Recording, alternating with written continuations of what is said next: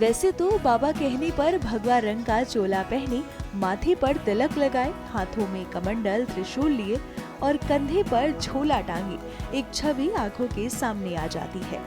लेकिन महाकुंभ में पहुंचे ये बाबा दूसरे बाबाओं से जरा अलग है। इनके हाथों में गंगा जल के बजाय ट्राइपॉड है, जिसे पकड़े डिजिटल बाबा चारों ओर घूम रहे हैं और ब्लॉगिंग करते हुए महाकुंभ मेला की झलक अपने फैंस को दिखा रहे हैं। इनके एक हाथ में ट्राइपॉड तो दूसरे में कॉर्डलेस माइक देखा जा सकता है। यही नहीं, भाग भाग कर वो आसपास खड़े लोगों को इकट्ठा करते भी दिखे। वो सनातन संस्कृति को लेकर युवा पीढ़ी से उनकी राय लेते नजर आए। इसके बाद उन्होंने खुद हमसे बात की और अपने इस अंदाज और लक्ष्य के बारे में जानकारी दी। हमारा नाम है स्वामी राम शंकर डिजिटल बाबा। मूलतः हम गोरखपुर के रहने वाले हैं और 2008 में घर परिवार से दूर होकर के गुरुकुल में जाकर के खूब अच्छे से उपनिषद, भगवद गीता, रामायण का 7 वर्षों तक अध्ययन किए, संगीत का अध्ययन किए। 2017 से हिमाचल प्रदेश का एक ज़िला है कांगड़ा, जहाँ पर एक बहुत खूबसूरत सा स्थान है बैजनाथ धाम, वहाँ पर रह कर के अपनी साधना करते हैं। वहाँ हमारी कुटिया है। तो कोशिश होती है कि आध्यात्मिक धरातल पर जो हमको अनुभव प्राप्त हो रहा है, उस अनुभव को उन जगहों पर जाके बांटे जहाँ पर युवा पीढ़ी उपलब्ध मिलती है, हमारी बातों को समझ पाए, सुन पाए और उसे अपना कर अपनी ज़िंदगी को बेहतर जी पाए।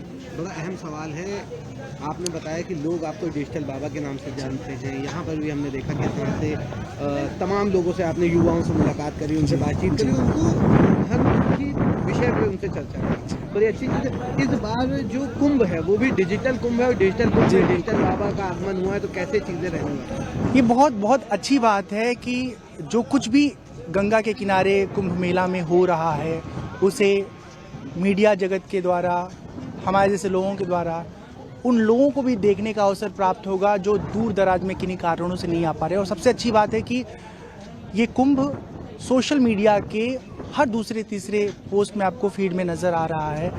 कहीं कहीं कुछ अच्छी बातें लोगों को सुनने को मिल रही है, जानने को मिल रही है। युवा पीढ़ी आज सोशल मीडिया में ऐसे एडिक्ट है कि माता पिता चाह के भी उसे निकाल नहीं पा रहे हैं। कभी कुछ अच्छी बातें वो सुनते हैं, देखते हैं, कभी कुछ बुरी बातों में भी फंस जाते हैं।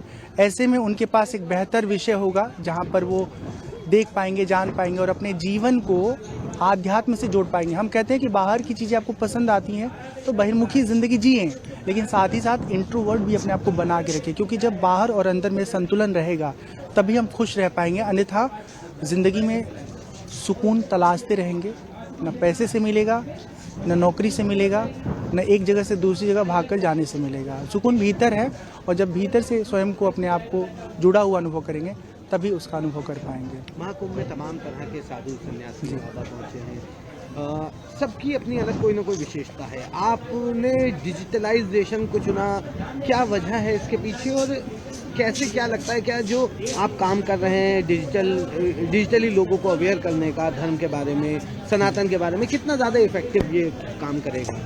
मुझे लगता है कि एक पंडाल में अगर हम जाके बैठ जाएं तो वहाँ पर कुछ गिने चुने अलग अलग आयु वर्ग के लोग हमसे मिलने आ सकते हैं, कौतूहलवश या नाम सुन करके। लेकिन जब हम लोगों के बीच में जाएंगे तो वहाँ बहुत सारे ऐसे लोग मिलेंगे जो हम तक कभी नहीं पहुँच पाते और हम उनसे मिल करके, उनसे रूबरू होके उन तक पहुँच पाते हैं, अपने विषय को उनके सामने रख पाते हैं। और साथ ही साथ एक तरह का ये शोधपरक जीवन है, शोधपरक का कार्य है कि हमारी जो पीढ़ी है वो कितना समझ रखती है धर्म के बारे में, आध्यात्म के बारे में, वो जीवन में भक्ति को कितना महत्व देती है। हम मिलते हैं, बात करते हैं तो मुझे बहुत अच्छा लगता है कि आज की पीढ़ी, आज का युवा वर्ग जितना वो दुनिया के चकाचौंध की ओर आकर्षित है, उतना ही वो धर्म को, आध्यात्म को भी समझने में दिलचस्पी ले रहा है।